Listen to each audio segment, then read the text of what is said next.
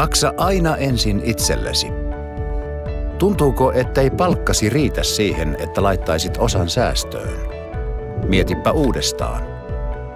Jos tienaat 25 000 euroa vuodessa 40 vuoden ajan, se tekee yhteensä 1 000 000. 35 000 euroa vuodessa tekee yhteensä 1,4 miljoonaa.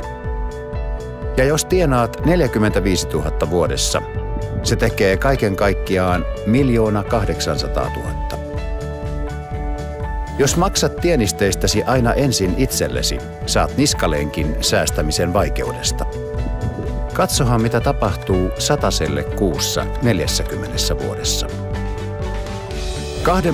2% tuotolla se kasvattaa sinulle 73 265 euron säästöt.